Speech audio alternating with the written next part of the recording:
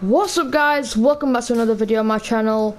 So today guys, we actually have something pretty special for you guys, as I'm actually going to be showing you 5 tips that have helped me for Rocket League, so I hope you enjoy.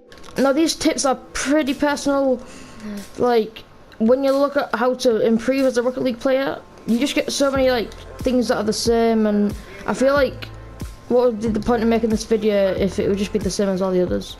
So these are just going to be tips that I found useful that got me to my rank, which is Diamond 3, going on to Champ 1. So I hope you enjoyed the video. Okay guys, so coming up number 5 is teammates. So teammates is a pretty big thing, because especially if you play doubles, standards, whatever, especially if you're solo queuing as well, like that's, you know. So the first thing we're going to talk about teammates is that you got to be a team player. Like you can't just, you got to trust your teammates. Like you can't just go for every single ball, and like you just got to trust them. So if they're in a better position to clear it, just let them clear it. I can't tell you enough how helpful this can actually be, because when you solo queue, you either get a good player or a bad player. The bad players actually don't care about you, and they just try and do everything themselves, and it's just a bit annoying for the person that's that ain't doing anything. But that's one thing with teammates. Okay guys, so another thing about teammates is communication. So if you're playing like solo queuing, then you can't really do much about it other than quick chat. I mean, quick chat is quite helpful, to be fair, like when and not to go and stuff like that. Depends like how helpful you make it, because some people just don't type in quick chat, which can be annoying for people. But when I'm talking about you being in a party with people, I recommend communicating a lot, saying when and when not to go to these balls, who's going to clear it, stuff like that. It's really helpful, like especially when you get to near Champ, Diamonds. Like I see it a lot, because like every time I go on Gamer Link and play with people, I always have to join the parties, like no matter what, because I'm such a high rank. I've just got to get the communication. So that's pretty much it about communication. I mean, yeah, you can't do much about solo queuing, but definitely try and communicate a lot more when you're with your friends. Okay guys, so coming out at number 4, we actually have custom training. So custom training is pretty important to like every Rocket League player. I mean, especially the pros, they're literally in training like most of the time. It's such an important thing to do before you get into any like ranked games, just to warm yourself up a bit. If you're a bit rusty, you can easily just warm up in it. It's really good. I mean, they've even added features in where you can turn off your boost, infinite boost on it. Like that's really good. It's really helpful, especially for boost management. So not just that, it's also really good to practice your mechanics on, practice your air dribble and your ceiling shots without getting pressured. That's a really good thing. That's how I learned how to air dribble and stuff like that. But you guys might want to do some other shit on it. But that's what I do train on. I train for at least 30 minutes each day before I get into a ranked match. That's personal, but you guys might want a bit longer, like 20 minutes maybe. But that's what I do, and it helps me to get like warm up a bit. That's about it for training. Another thing about training also is the custom training packs. Now these things are really helpful, especially if you make your own and you make your own shots, so you can warm up yourself like properly, if you know what I mean. That's pretty much what I've done. Like I've made my own training packs, the shots that I'm really bad on, just to get used, like get better at them every day. So there's obviously loads more training packs. Like you don't have to make your own. Other people have, like provide them for you. So I think that's a really good thing in the game. So I recommend doing that. But apart from that, that's about it for training. I mean, just go into training whenever you're not like in a game. Like, as soon as you finish your game, just go into training and just dribble the ball around, like hit it against the walls. Because you know, just do what you can, like. Especially when like try and do some air dribbles and stuff like that. It definitely helps like in the process. I do recommend it. Okay guys, so coming out at number 3 is boost management. Now this is a really big thing, especially for when you get into the champ stage. Like I guess Diamond 3, I guess, I don't know, but like Champ, obviously Grand Champ, you're gonna need them boost pads. Like you can't just rely on them big 100 boost pads. Like they're not always gonna be there for you. So you need to start getting used to the smaller ones. I'm starting to get used to them. They're pretty hard to get used to because you got to know where they are, and like it's pretty difficult to get used to that.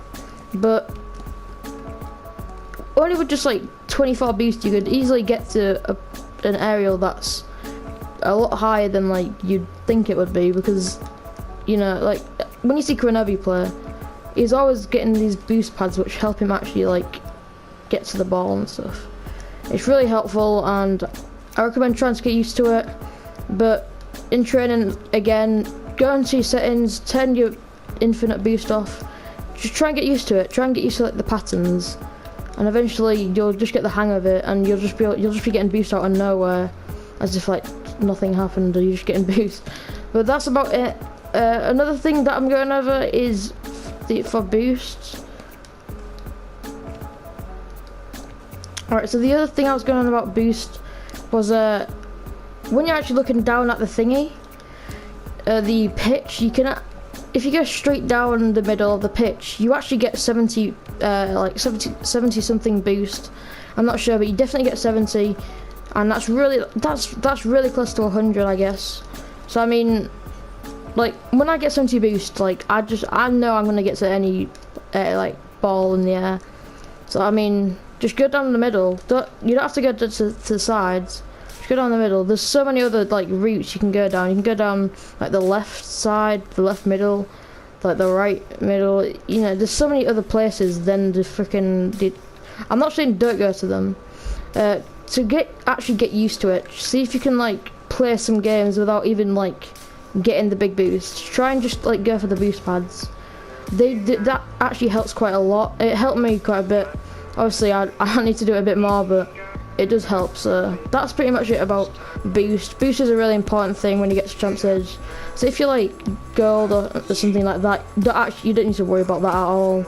If you can get the hang of it whilst you're there, then that's really good. But apart from that, that's number 3. Okay guys, so coming at number 2 is mechanics.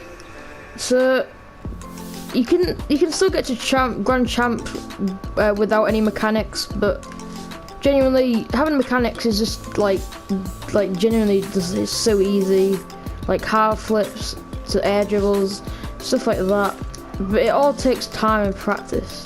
So you can't just like wake up one morning and just be able to half flip. It's pretty hard. So air dribbling and ceiling shots, they're not necessarily mechanics, I'd say. They're just skills I guess you'll learn on the way. But you don't just learn it off the bat, you gotta practice. Like I can do them myself, but you know, they took some time to get like I've been on this game for so long. They're just easy now. But yeah, just if you do like practice, you just get better at them. But to help me actually get like better at air dribbling and ceiling shots and stuff like that, first I started air dribbling. Like that actually just helps you so much, because I feel like once you know how to air dribble, you can easily just ceiling shot, just go up the ceiling and stuff like that. I will be doing a tutorial on how to ceiling shot and air dribble, so tune in for that. But if you're really interested in all that. But moving on to like half flipping is such an important mechanic. Like it genuinely is. Like everyone I play with, like I hope they know it, because it's actually so helpful. I still see people in Diamond rank driving backwards, like without half flipping. It's stupid. Like it takes like ages to get back like from going behind. I mean, you can just like half flip and you can pretty much just boost back. It's so much easier. I will be doing a tutorial on how to do that, but I mean, I might do it. I don't know, because it's pretty hard to explain, but I'll try to. Apart from that, other mechanics like what like Justin and like Squishy do, it's pretty, you just gotta practice really. If you look at other tutorials, like they'll show you how to do them. It's just you gotta practice and do them yourself. That's pretty much about it for mechanics. But as I said, they are pretty important. Like if I was to put myself against a standard diamond player, I'd be better because of my mechanics. Like, if I was in a situation of going up for an air dribble, like, it'll be good for me. But if he didn't know how to do that, then I wouldn't have to worry about that.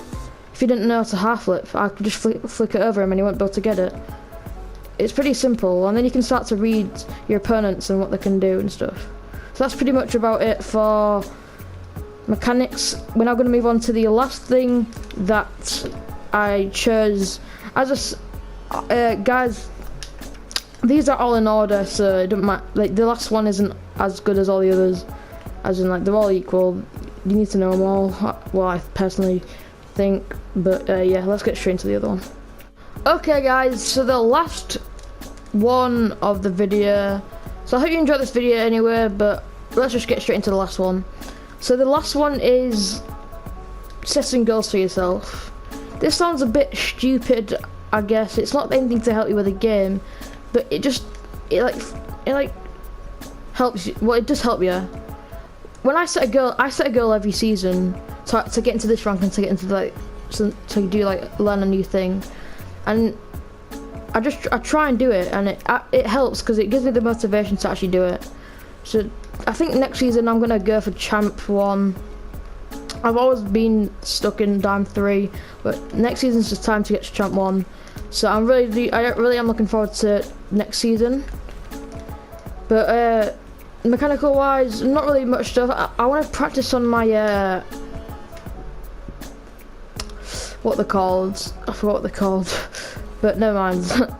So that's pretty much what I want to learn. But for you guys, what you want to learn, just think of something that you want to do next season, and then try and do it. It like just motivates yourself. That's pretty much the last one. So guys, I hope you enjoyed the video. It wasn't exactly the best video I've done because I've never actually done a video like this. Like, normally it's just me playing games, but I feel like this would be a quite good video to do, considering I'm going to be doing a lot of Rocket League videos. So it might as well be the start to a helping video. So I hope you enjoyed the video. Leave a like and subscribe if you're new. That'd be really helpful.